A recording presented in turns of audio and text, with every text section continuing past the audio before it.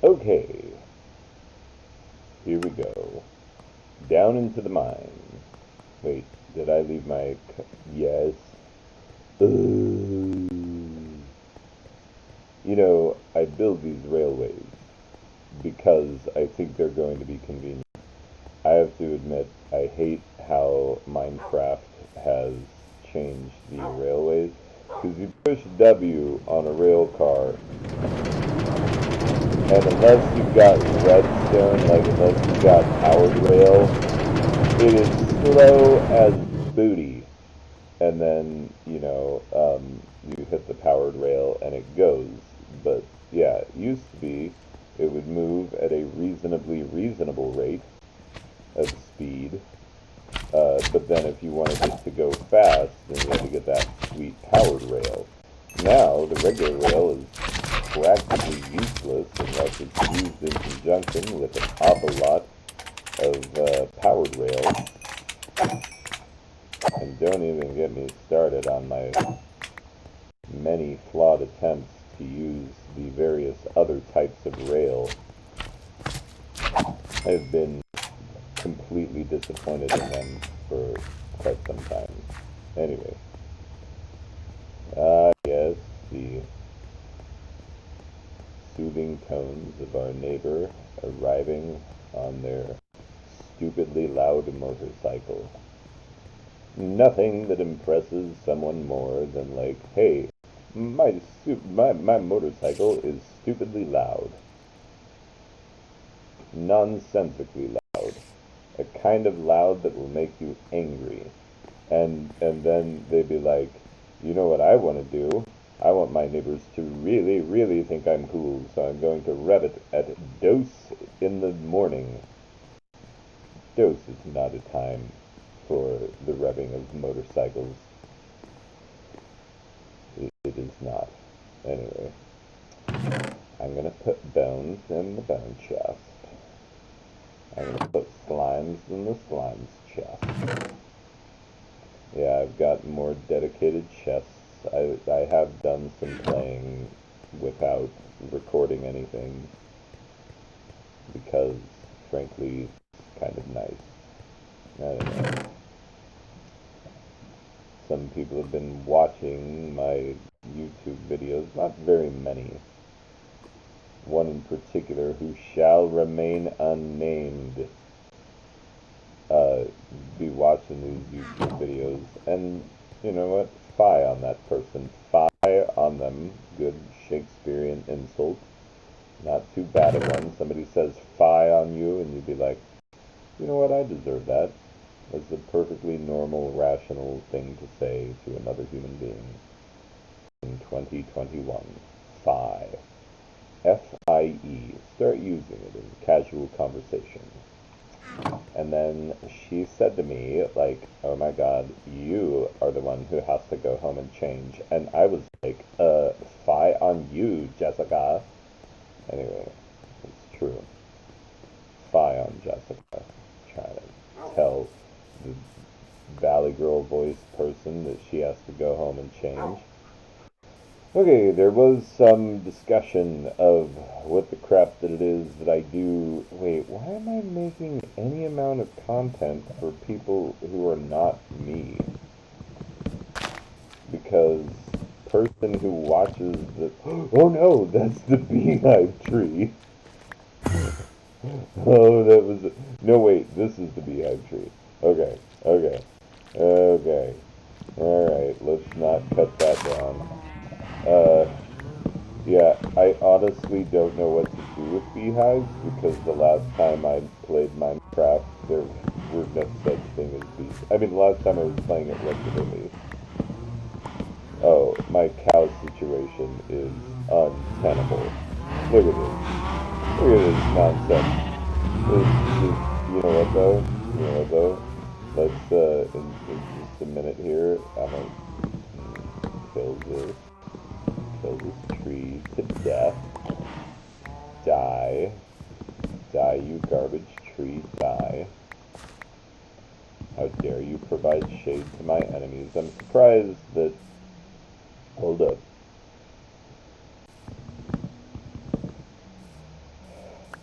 Phew! Oh, jeez, thank you. Oh, that demon won't be getting back in my mouth. Um, anyway, thank you for the holy seal upon my mouth. Uh, anyway, but yeah,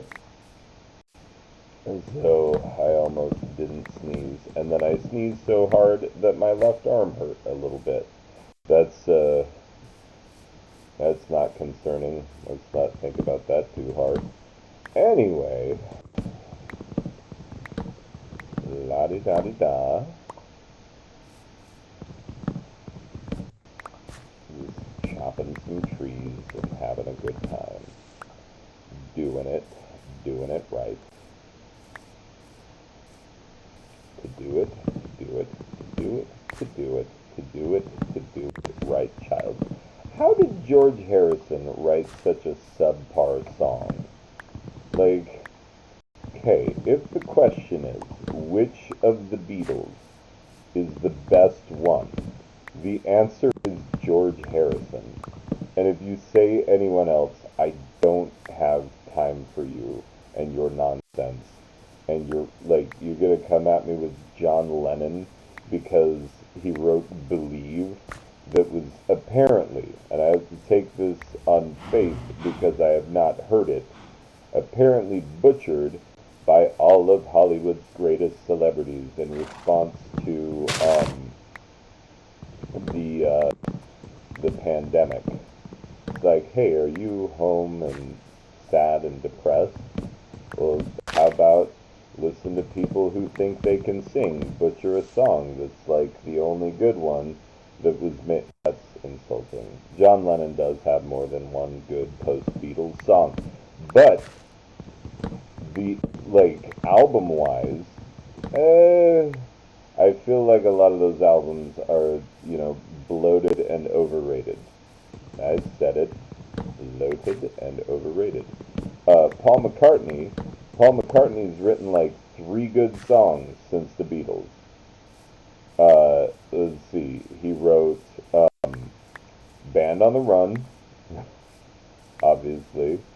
He wrote Live and Let Die, and I'm struggling to think. Oh no, Silly Love Songs. Those are the three. Those are the three decent post Beatles Paul McCartney songs. And yeah, that is it. That is all. And it would be nice if all those were on a single album that was not called like the best of Paul McCartney and Wings. But yeah, unless you are buying said best of album, you're not gonna find all those three songs on a single album. You have to dig through a lot of like very subpar, like, hey Linda McCartney, what do you have to say kind of crap. Like, arguably, and not even hard to argue, more tedious than Yoko Ono, Linda McCartney. Like, I hate to say it, but we all know it's true. Let's quit kidding ourselves. Like Yoko Ono, among the many things that she is known for, first of all, she did not break up the Beatles. I took a class on the Beatles. The number one class at my nurturing mother, the class that everyone wanted to take, was the Beatles. There was also a class on Elvis and a class on the history of rock and roll. These were held in the big, massive auditorium-style lecture hall, and good luck getting a seat in that class if you did not register early. Anyway, it was actually a really good class, and I learned a lot about it. Learned that everyone is wrong about Ringo. Ringo, fantastic drummer.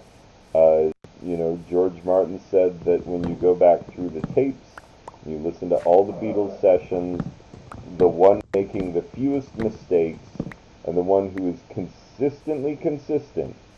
And not only consistently consistent, so consistent from take to take that you could take a drum take from a different session of a certain song and like add it to the rest of the instruments from another session, and it still totally works because he was that dead on.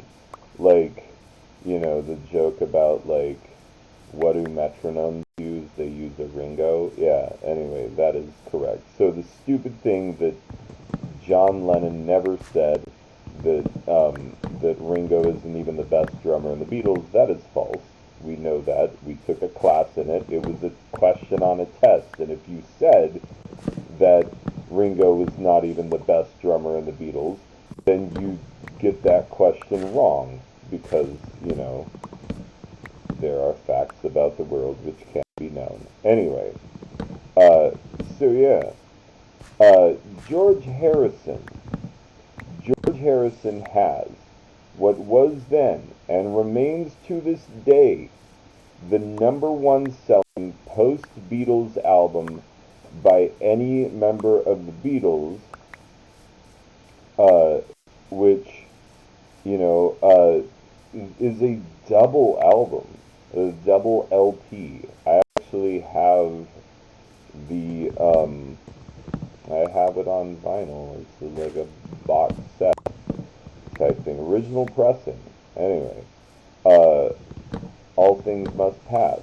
Fantastic album. Top to bottom, amazing. And like George Harrison, so many great post Beatles albums. Um, you know, Dark Horse is great. 33 and a Third. Even the album from which the insipid oh, Got My Eye on You. What's that? I can't even remember the name of the song because I'm just thinking of the Weird Al version. This song is just 6 words long. Because, quite frankly, the Weird Al version is the superior version. Of this, there can be no debate. Anyway, this is a terrible song. And actually, that album, okay, hold on, I need to pause, because we need to find out. Okay, this is just stare at what I know is a paused screen. We're going to go to George Harrison on allmusic.com. Yeah, All Things Must Pass, fantastic. The Concert for Bangladesh, a little overrated, I'm not gonna lie. Wonderwall music, not incredibly great, but that was made while the Beatles were still together. Electronic Sound, sort of like Brian Eno'd it before Brian Eno knew what Brian Eno was doing. Like, Brian Eno hadn't joined Roxy Music at this point, let alone left Roxy Music, And, yeah, All Things Must Pass, double LP, fantastic. Concert for Bangladesh, it's okay. It's not going to blow you away. Living in the Material World, amazing. Like, really, really good. Dark Horse I like better than All Music does. Extra Texture, really, really good. Also fun when you get like a copy of it that still has the extra texture on it. It's like a lemon peel. Well, it's an orange album. Anyway, yeah, 33 and a Third. I'm just gonna skip down because the one I'm looking for is Cloud 9. Actually, it's kind of sad. I've never heard Brainwashed. 2002's Brainwashed. It is 4.5 stars on allmusic.com, and I should listen to that because I really should. Okay, Cloud 9. I believe Cloud 9. Yeah, Got My Mind Set on You. That's the one. Yes, and this album was produced by Jeff Lynne of the Electric Light Orchestra, which I would say congratulations to this generation of children for appreciate kids in school these days. You would think that they appreciate ELO. They appreciate Mr. Blue Sky, and that is it. I keep trying to explain to them that because they come from a time where it's You know, there will be a rapper who like has one song and apparently made a cajillion dollars off of it because it got bored into everyone's brains until, you know, it becomes a part of your DNA. Anyway, and that's just how they experience music. It's like, oh, music, it's that stuff that they play until it makes you, you know, ad nauseum, literally, until it makes you want to vomit. Anyway, so, yeah, they all know Mr. Blue Sky, but they don't know any other ELO songs. And it's like, okay, you can get any ELO album, any one of them, any of their greatest hits compilations, any of their studio albums, anything, anything that is ELO, and it is great. Like, it is super great, and there's nothing else like it in the world. And Jeff Lynne, you know, the term genius gets bandied about a lot. But, like, Jeff Lynne is genius of the studio. Like, no one else used the studio as a, you know, as an instrument, as well as Jeff Lynne. Like, you know, what is Jeff Lynne's primary instrument? It is the studio. Like, yes, he plays a mean guitar, and yes, he does have an enchanting voice. But what else is about him? Well, what else is about him is that he is an incredible producer, and the only human to have produced albums for all four Beatles. And that obviously is a feat which will not be replicated, because how could it be? Like, you know, uh, two of them are dead. I think that, you know, I mean, granted, the amount of posthumous work that comes out from a variety of artists these days, people just cashing in, you know. Like, supposedly Prince has an amazing backlog. You know, while you're on YouTube, if you're watching this, first of all, reconsider your life choices, because they are wrong. I'm telling you, they are wrong. You're wrong about everything. But anyway, go and watch Kevin Smith. You know Kevin Smith. Mostly you know him for Clerks, but he also directed, you know, Mallrats and Dogma and Chasing Amy and Jane Silent Bob, Strike Back, and, you know, a bunch of stuff. Anyway, so yeah, Kevin Smith, um, theatrical director whose work is, you know, good, if not altogether spotty in places. The later into his career you go. Um, anyway, he was called upon to direct a music video for Prince, and then, like, it ended up getting scrapped, and, you know, his assistant was like, oh, we're just gonna put it in the place, and he's like, what? And she's like, oh yeah, we've got albums worth of material that Prince has created and has never released because it didn't pass his smell test. Now, here's okay, I just kind of killed the need for you to go watch that video. You think I'm long-winded? Kevin Smith, my God, he'll take like 2.5 hours to tell you that story. But it will be full of charming details. Anyway, and swear words. Uh, so, anyway, the idea is that Prince has all of this fantastic, like, just as good as the released stuff, unreleased material. But I think the fact that, like, you know, as it turns out, Prince had a pretty good sense for what was his best stuff.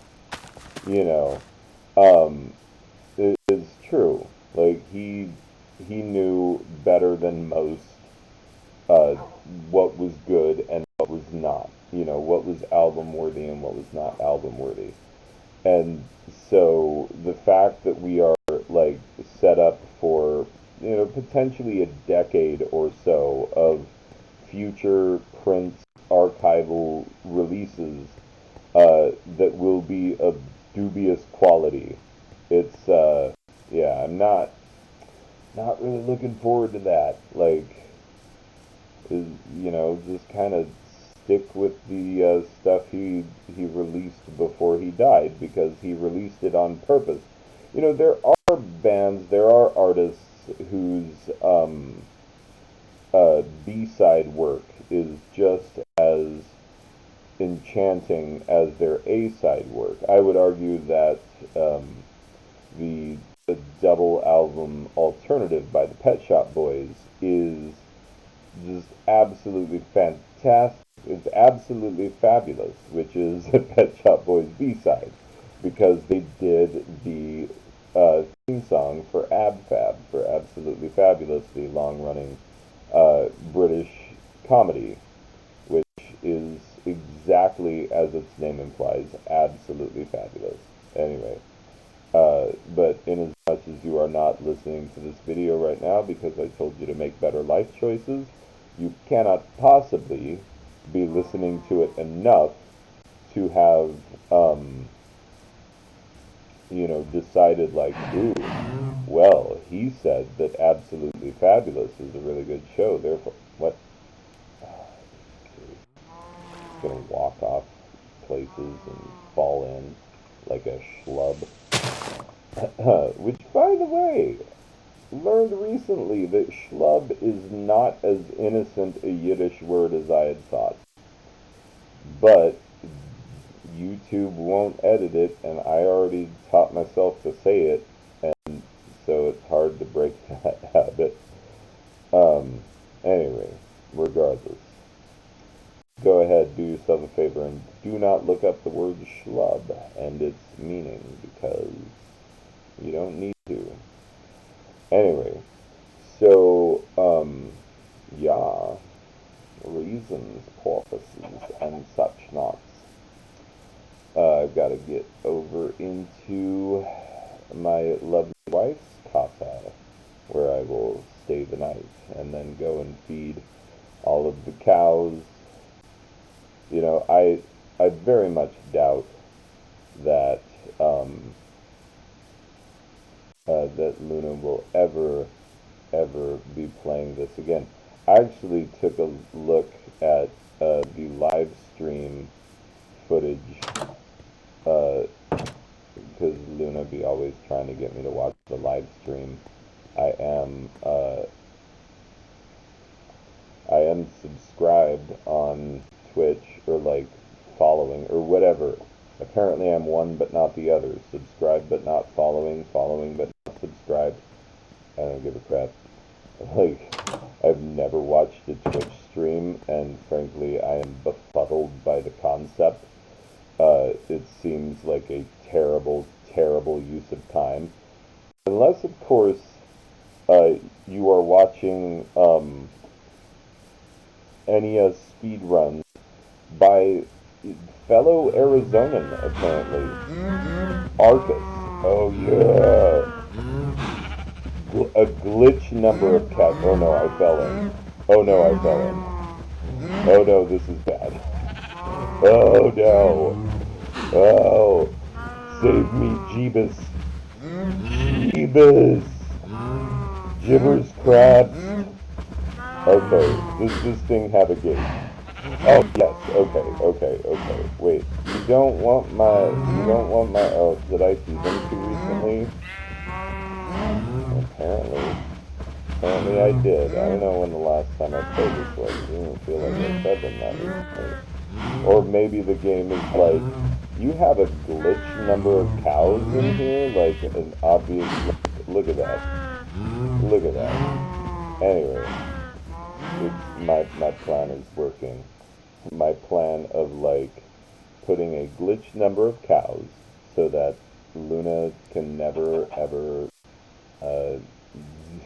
come back and look at them and be like, huh. Because I feel like that would be the response. Like, I've spent, a stupid amount of time getting those there, and what's the response going to be? Huh, that's it. Oh, yay, I freed the Balam, and the Balam is now roaming free. I know it's pronounced Gollum, as my children pronounced it differently when they were young. And so it's the thing where like kids mispronounce words in awesome ways, and then you kind of wish that they would do it forever, and then you think hard about that, and you're like, there's no possible way. You can't be 37 years old and be like, hey, let's go play some Minecraft. Oh, look, it's a Balam and a Freeper. Like people will question your sanity, as well they should. As well they should. Go make baby cows. Yeah, more baby cows. But yeah, this is the Casa Steinmüller, and oh, are all his cows up front? Well, I mean, I guess both gates are open, so they can find their way around. Anyway, so yeah, that's the thing that's happening in the life of this game. Are there any adult cows I have not forced to make babies for mine amusement? Cow, have you made a baby? Do it for mine amusement. It's very good when the cows make the baby cows. Anyway, regardless. So yeah, I'm just gonna schlep on home. Just gonna casually work in Yiddish words. Attempt to make it seem casual, like I have any business speaking Yiddish at all. Well, not speaking Yiddish, but just randomly bandying about Yiddish words and phrases. Hello, I am a Meshuggah boy. And that is the voice with which you must say Yiddish things. Oh, I did fall upon mine tuchus, and I felt like an schlub. And, oh, that's awesome. Did that break my boots? And they're like within an inch of their lives. Oh, my armor sucks. Stupid silverfish. Tired of their bullcrap. I like that there's no need for me to walk on this pyramid, but I enjoy it. Ooh, Pompions. Pompions glow. Ooh. Out, demon. You are welcome. Gotta get that demon out of your body. Because the germ theory of medicine, it's just a theory. It's just a theory. Oh, what was I saying? Yes, George Harrison's Cloud 9. Okay, the titular track, Cloud 9, is really, really good. When We Was Fab, a, delightful look back. Yeah, there's a lot of good. This Is Love is a really good one. Breath Away from Heaven is a really good song. But, yeah. Then they finish it up with Got My Mind Set on You, which, as we have discussed, Weird Al did it better. And I think there is no better note to end on than to say that Weird Al did it better. He did. It's true. Anyway, until next time, keep not watching, get a life, and, I don't know, whatever. Video really falls apart at the end. It's crap. But, at least I have the decency to not edit it and to stop it in the middle